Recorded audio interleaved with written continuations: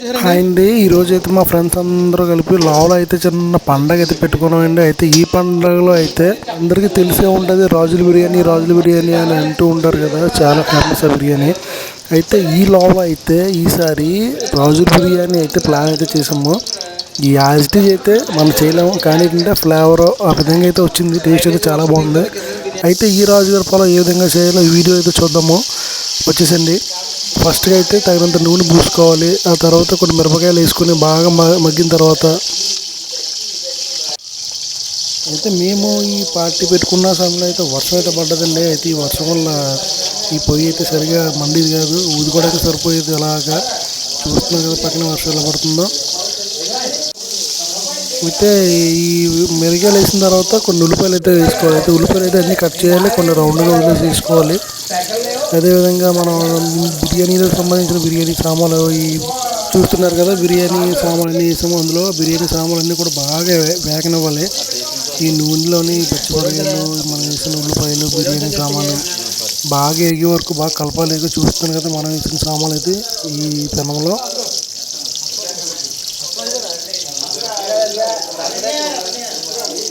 ఇవన్నీ బాగా ఆగినవ్వాలి అనమాట. అంటే మనకి గోల్డ్ కలర్ రేపు వచ్చేలా బాగా ఆగినవ్వాలి, లేదంటే కసు ఉంటాయి అనమాట. చూసారు కదా మనం ఎలా కలుపుతున్నాడు.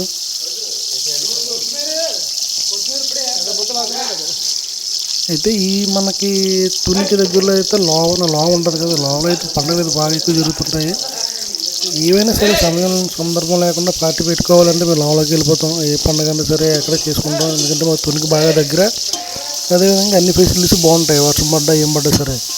అయితే ఇప్పుడు మనం ఈ బిర్యానీ సామాన్లు వేసిన తర్వాత కొత్తిమీర, పుదీనా కూడా వేసేసి బాగా మగ్గనివ్వాలి. అవి కూడా చూస్తున్నాం కదా వీడియోలో ఇలా అయితే చేస్తున్నారు మన ఈ రాజుల పొలం.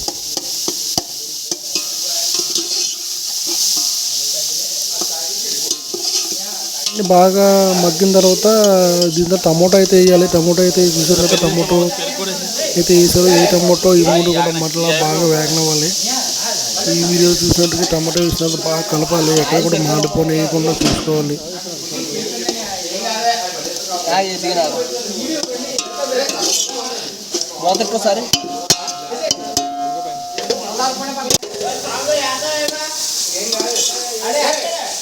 వేసిన తర్వాత దగ్గర చూసుకోవాలి, లేదంటే ఇవన్నీ మాడిపోతాయి. అంటే మళ్ళీ మనకి స్మెల్ వచ్చేస్తుంది అన్నమాట, మాడిపోయినట్టుగా పొగ స్మెల్ వచ్చింది. కట్లు పొయ్యి ఏంటంటే మనకి లేవి తెలియదు ఏ విధంగా మాడుతుందో దగ్గర చూసుకోవాలి.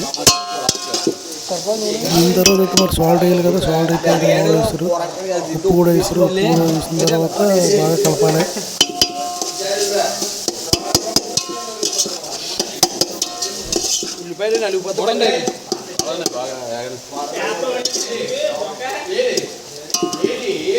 అంతే కదా, ఉప్పు వేసిన తర్వాత మనకి రెడీమేడ్ అల్లం వెల్లుల్లి పేస్ట్ ఉంటుంది. అయితే ఈ అల్లం వెల్లుల్లి పేస్ట్ గురించి విషయం చెప్పాలి. మనం ఇంట్లో తయారు చేసుకున్న పేస్ట్ కన్నా టేస్ట్ అయితే రాదు. అది జస్ట్ అల్లం వెల్లుల్లి ఫ్లేవర్ అంతే, అక్కడ వరకే.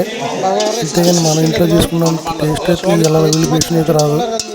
మనం వీడియో చూసినప్పుడు అల్లం వెల్లుల్లి పేస్ట్ కూడా వేసారు ఇందులో. అప్పుడే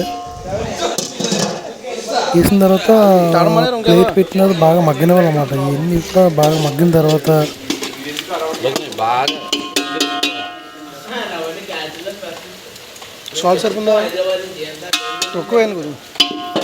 అలా కాన్సెప్ట్ మూత పెట్టి బాగా మగ్గనివ్వాలన్నమాట. మగ్గనిన తర్వాత అలా ఉంచి ఒక 10 నిమిషాలు పోయాక తీసిన తర్వాత ఇవన్నీ ఇలా కుకింగ్ అవుతాయి అనమాట. విన్నప్పుడు మనం ఈ బిర్యానీకి తెచ్చిన రైస్ ఉంటుంది కదా, చిట్టుముచ్చల రైస్, ఆ చిట్టుముచ్చల రైస్ మనం కొలుసుకుని వేసుకోవాలన్నమాట. అంటే ఇప్పుడు 2 మగ్గులు వేసుకుంటే 2 మగ్గులు వాటర్ వేసుకోవాలి. ఆ విధంగా మనం గట్టిగా కొలుసుకుని ముందు రైస్ అయితే వేసుకోవాలి. రైస్ వేసుకున్న తర్వాత మసాలా సామాన్ అన్నీ వేసుకున్న తర్వాత ఇవి బాగా వేపాలన్నమాట. ఎలా అంటే ఇప్పుడు మనకి గోల్డ్ కలర్లోకి వచ్చాలన్నమాట. ఇన్ని బాగా వేసేసరికి బాగా వేగాలి. సామాన్లు, అల్లం పేస్ట్, ధనియాల పొడి మొత్తం అన్నీ కూడా వేసి బాగా కలపాలి.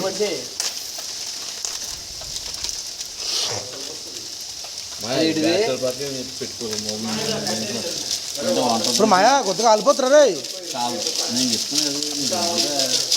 స్పైసీగా ఉండాలా. స్పైసీ తన మాడతారు కూరగాయలు. బాబోయ్ తక్కువ చేయాల్సిందే. ఇవన్నీ ప్యాకింగ్ మనం సొంతంగా చేసుకుంటే ఇంత పడవ తెలుసు. తిప్పి సార్ ఒకసారి ఈసారి గట్టి చెప్పండి. అయితే ఈ బిర్యానీకి సంబంధించిన అల్లం వెల్లుల్లి పేస్టులు, బిర్యానీ సామాను, బిర్యానీ పొడి, అదేవిధంగా ఈ ధనియాల పొడి ఇవన్నీ వేసిన తర్వాత బాగా కలపాలి. బాగా కిందకి మీదకి బాగా తిప్పాలన్నమాట. ఏమాత్రం మనం అది వచ్చినా సరే అది మారేడచ్చు. అప్పుడు మనకి పోవాలి అనమాట. చూసారు కదా ఎలా కలుపుతున్నారో. ఇవన్నీ బాగా కలిపిన తర్వాత మనకి ఒక కలర్ వస్తుంది, గోల్డ్ కలర్ టైప్లో వస్తుంది. బాగా వేగిన తర్వాత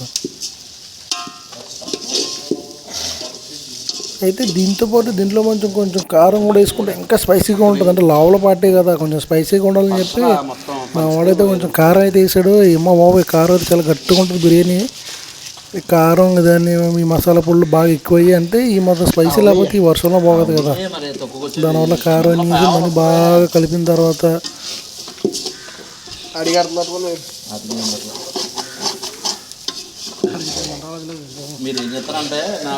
చూసారు కదా మొత్తం ఎలా అయిపోయిందో, మొత్తం మిక్స్ అయిపోయింది అనమాట. ఇంకేందో మనం వాటర్ పోయాలి. వాటర్ పోసి ఉడికిన తర్వాత పైన అగ్ని ప్లేస్తే మనకి రాజుల బిర్యానీ అయితే రెడీ అయిపోయినట్టే. కలర్ కూడా ఇంచుమించు రాజుల బిర్యానీ ఇప్పుడు మనం రైస్ కలుపుతున్నాం కదా ఆ విధంగానే ఉంటుంది. అదేవిధంగా జస్ట్ ఫ్లేవర్కి అయితే ఆవుని ప్యాకెట్ అయితే తెచ్చాము. అది రుచి ఆవుని అయితే కాదు, జస్ట్ వేసాం అంతే.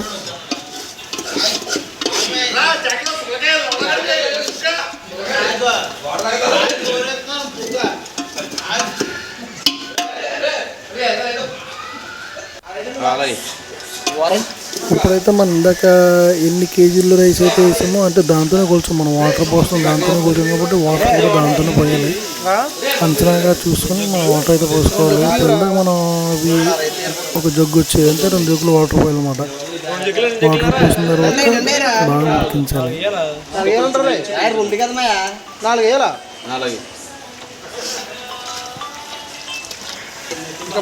చెప్తాం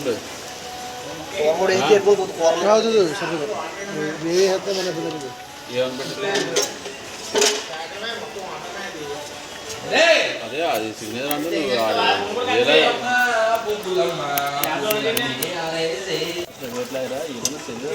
అది ఈ వాటర్ పోసిన తర్వాత కూడా ఒకసారి ఉప్పు అయితే చూసుకోవాలి. మనం ఫస్ట్ ఉప్పు అయితే వేసాం కదా, ఉప్పు అయితే ఈ వాటర్ ఉన్నప్పుడు ఒకసారి చూసుకోవాలి. ఎందుకంటే ఎంత వేసిన ఉప్పు తేడా వస్తుంది. ఉప్పు అయితే చూసుకున్న తర్వాత మళ్ళీ బాగా కలిపిన తర్వాత మూత పెట్టేసి బాగా ఉడికించిన తర్వాత ఒక 20 నిమిషాలు ఉంచిన తర్వాత ఈ విధంగా అయితే అవుతుంది. పైన తగ్గి వేసుకుని ఇప్పుడు 10 నిమిషాలు ఉంచుకుంటే మనకి బిర్యానీ అయితే రెడీ అయిపోద్ది. చూడండి ఒకసారి.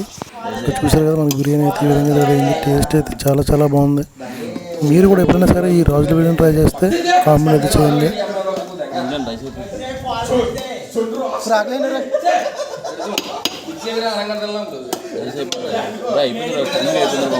బాస్మతి కాదు.